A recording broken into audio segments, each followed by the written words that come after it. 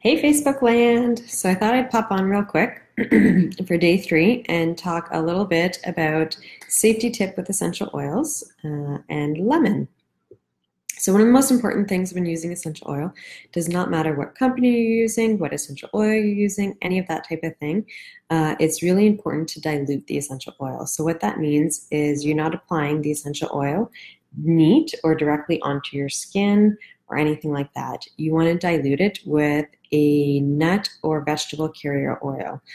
So this could be something like coconut oil or fractionated coconut oil. And the difference between the two is regular cold pressed virgin coconut oil is usually what we cook with, or you can make body butters or anything like that. Fractionated coconut oil is liquid all the time. So they take a lot of the fatty acid out and it stays liquid. So this is what's really good for roller bottles or anything, or massage oil or things like that. So any kind of a coconut oil, sweet almond oil, jojoba oil, grapeseed oil, sunflower oil, anything like that is really, really good.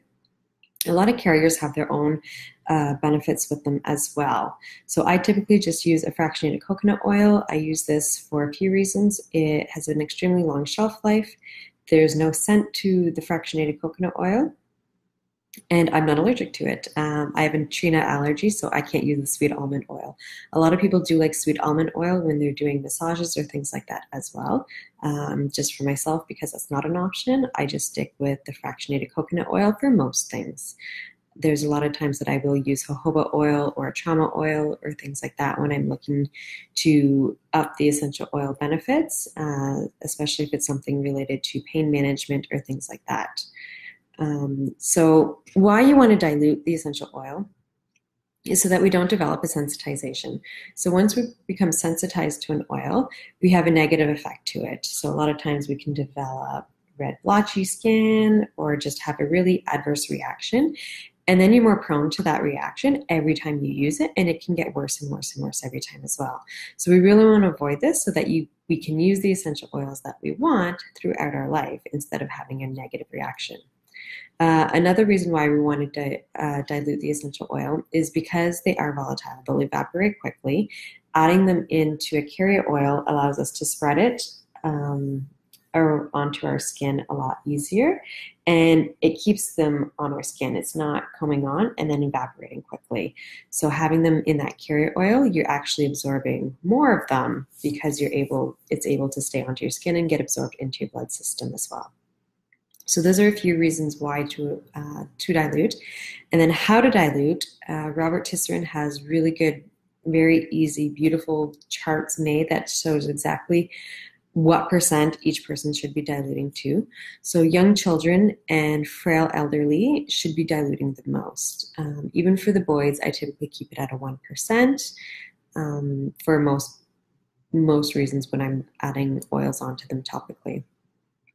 For the younger they are, the more you want to dilute. So even some of the young babies, you want to do it at, a point starting at a 0.25 or even a 0.5. So in a 10 milliliter roller bottle, so I didn't grab any of my roller bottles, but so if you look at my other videos, I always had those pre-diluted roller bottles. Those you would add half a drop to that for some babies. So you can't do half a drop clearly when you're pouring one out. So you can mix 20 milliliters and then split that between 2 roller bottles, or you can just use an empty bottle that you have, mix your blend in there, and then from there transfer into a roller bottle. And then it's already all pre-diluted and you have it done and ready to go. For a typical adult, 3 to 5% dilution is what's recommended, or what can be used safely on a daily basis. So I usually stick between that 3 to 5%. So what that means in a roller bottle, again, going back to that, if you wanted to put 8 to 10 drops in there, you would be okay with that. So that's for everyday use. If you're dealing with pain management or anything like that, you can go slightly higher, but it's always recommended to stay at that 3 to 5% and slowly go up from there. And then again, with children, it's always better to start lower and going up. If you're pregnant, you're treated much like frail elderly or child, and that sticks to 1%. Just because when pregnant, you have a lot more blood going through your system, your skin is a lot more sensitive, especially where you're applying it, you just want to keep it at that very low percent. And also you want to make sure that it's not affecting the baby in any way. When pregnant, we all know that, everything is very, very different compared to when we're not. So those are some very small tips on dilution and the importance of doing it. Like I said, it does not matter what essential oil it is, what brand it is, any of that type of stuff. Dilution is always important. Less is more. Please dilute. There's two rule of thumbs when I don't follow my dilution. One is for minor burns. I'll use lavender at a very high amount when if it's a very minor burn, I'll put a drop of lavender neat on it. But again, this is far and few times between when I'm using it. And then bug bites as well. I'll do a 50% of lavender and tea tree, so 25% each, and then 50% fractionated coconut oil. So those are typically my only two times that I'll go above my standard. There's always, gray area and what you're used to, what your knowledge is of essential oils as to how you're using them as well. But for the everyday, 3 to 5% is what's recommended. So onto lemon real quick. So lemon essential oil is a very nice uplifting oil. It is fantastic to help give you that boost of energy, especially in the afternoon, especially if you apply or if you're diffusing it with peppermint or anything like that. It's very nice and uplifting. If you have a runny nose, it's just being a faucet. You could apply a lemon oil, always diluted, onto the bridge of your nose. It'll help with drying up that mucus that's just, flowing out there like a faucet. Really good for rheumatoid arthritis. So adding that to your joints is really good, can really help. Really good to help with liver. So again, rubbing that over your liver can really help cleanse it out, or your pancreas as well is really, really good for that.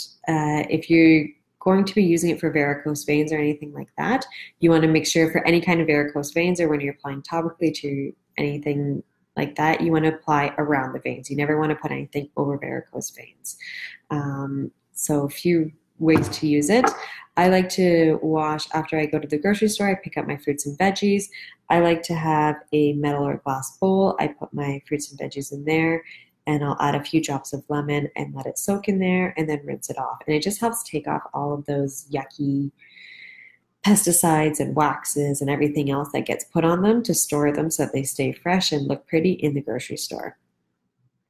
A lot of really good cleaning. Cleaning is a really great way to use lemon, adding it to water and just using, cleaning your windows with it. Or leather furniture, couches, chairs, any of that type of stuff is really, really nice for it as well. So this is just a few quick little tips on lemon. It is very versatile, really good to use. I go through a lot of it just for cleaning products and things like that. So stay tuned tomorrow and see what tip and oil I'll go over. Have a great night. Bye.